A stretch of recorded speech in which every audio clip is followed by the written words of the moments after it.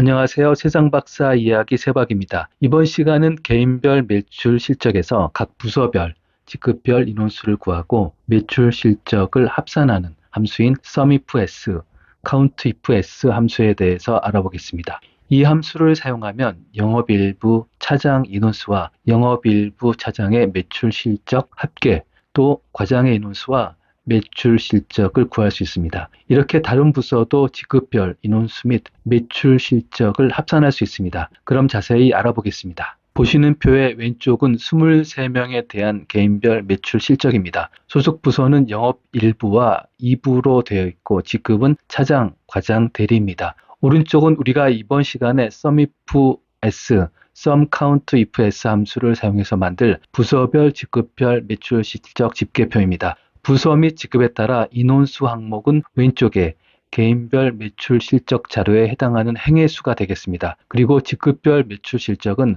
왼쪽 개인별 매출 실적 자료에서 해당하는 매출 실적의 합이 되겠습니다. 조건에 맞는 행의 수를 합산할 때는 COUNTIFS, 조건에 맞는 행의 값을 합산할 때는 SUMIFS를 사용합니다.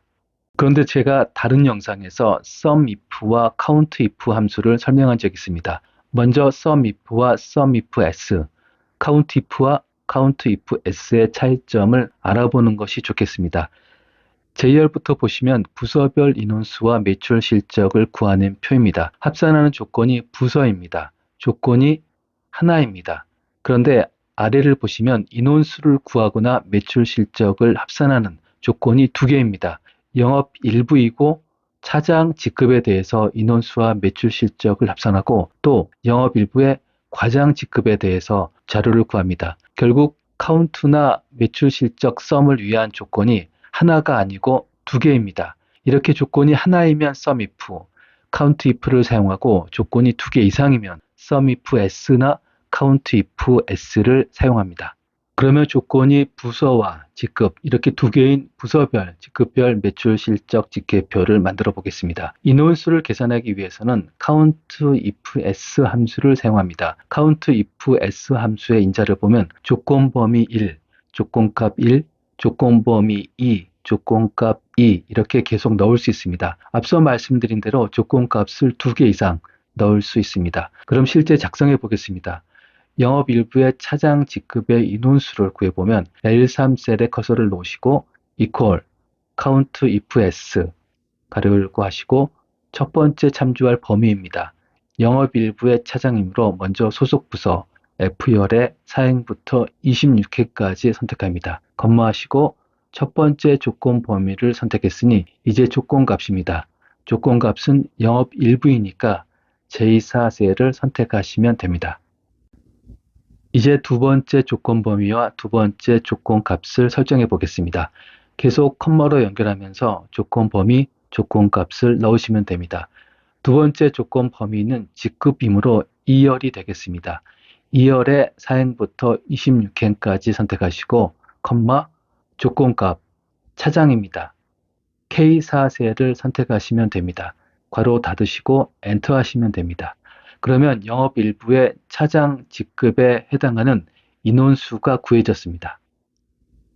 이제 SUMIFS 함수를 설명해 보겠습니다. SUMIFS 함수의 인자를 보면 SUMIFS 괄호 열고 계산할 범위가 먼저 들어갑니다. 이 부분은 COUNTIFS에는 없던 것인데요. COUNTIFS는 선택한 행의 개수이지만 SUMIFS는 특정 열의 자료를 썸해야 하므로 인자가 하나 더 필요합니다. 그리고 조건 범위 1, 조건값 1, 조건 범위 2, 조건값 2 이렇게 조건값을 두 개 이상 넣을 수 있습니다. 영업 일부의 차장 직급에 대한 매출 실적을 구해보겠습니다. M4셀에 커서를 두시고 equal sum ifs 괄호 열고 계산할 범위 매출 실적이므로 G열이 됩니다. 4행부터 26행까지 모두 선택하시고 컴마 조건 범위를 선택합니다. 소속 부서열을 선택하시면 되겠습니다.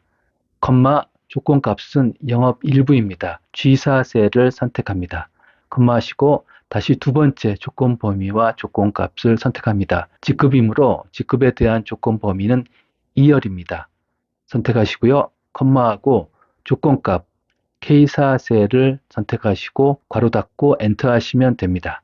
이렇게 영업 1부의 과장들이도 작업하시면 되겠습니다. 그리고 영업 2부도 마찬가지입니다. 이렇게 모두 작업하시면 다음과 같이 집계표가 완성되었습니다. 여기서 셀 복사를 통해서 중복 작업을 취소할 수 있는데요. 그 부분을 적용하려면 상대 참조, 절대 참조, 혼합 참조와 같은 기능을 활용해야 합니다. 이번 시간은 sum if s와 count if s에 집중해야 하니 셀 복사를 위한 상대 참조, 절대 참조, 혼합 참조 기능은 설명하지 않도록 하겠습니다. 상대 참조, 절대 참조, 혼합 참조는 영상 뒷부분에 링크를 달아 놓았으니 필요하시면 시청해 주시면 감사하겠습니다. 그리고 더 보기에도 링크를 넣어 놓았으니 참고하셔도 되겠습니다. 마지막으로 부서별 합계 그리고 총 합계를 산출해 주시면 되겠습니다.